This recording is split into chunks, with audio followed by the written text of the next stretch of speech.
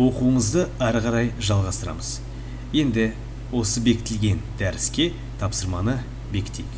Тапсырманы бекіту үшін оң жақ бөлімде орналасқан «Добавить элементы или ресурсы» деген сілтемеге басамыз. Сілтемеге бастық. Енді осы сілтемедегі элементы курсы деген бөлімде задание деген элементті таңдаймыз. Задание демек тапсырма. Таңдадық, добавить деп басамыз. Міне біз жаңағынақ тапсырмалардың баптауларына кірдік. Ең біріншіден бізге аса маңызды тапсырманың атауын жазуымыз қажет. Бізде мысалы тапсырма 1. Тапсырманың атауын жаздық.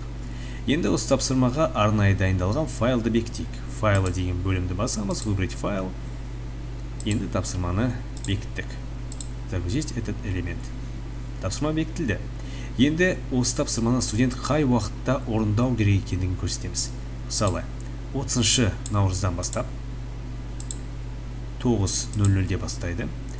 Және де 1 сәуірдің 18:00 деген уақытына дейін осы тапсырманы орындау қажет.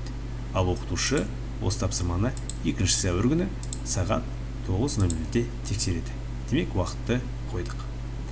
Енді оқушы осы тапсырмаларды орындаған кезде қандай түрде бізге тапсырманы орындау керек екендігін көрсетеміз. Мысалы, текст түрінде немесе файл түрінде. Біз файл түрінде деп қалдырамыз.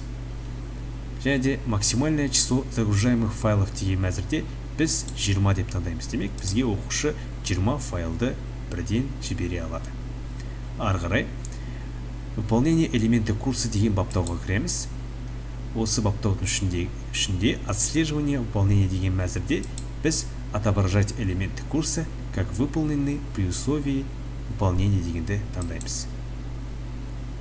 Енді бағаны қою үшін требуется оценка деген бөлімде галочканы міндетті түрде қоюымыз қажет. Демек, мұнда студент должен получить оценку для выполнения этого элемента деген батырмаға. Сохранить и вернуться к курсу деп басамыз.